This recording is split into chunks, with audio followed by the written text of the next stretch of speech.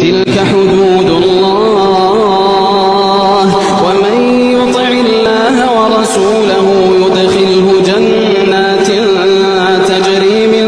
تحتها الأنهار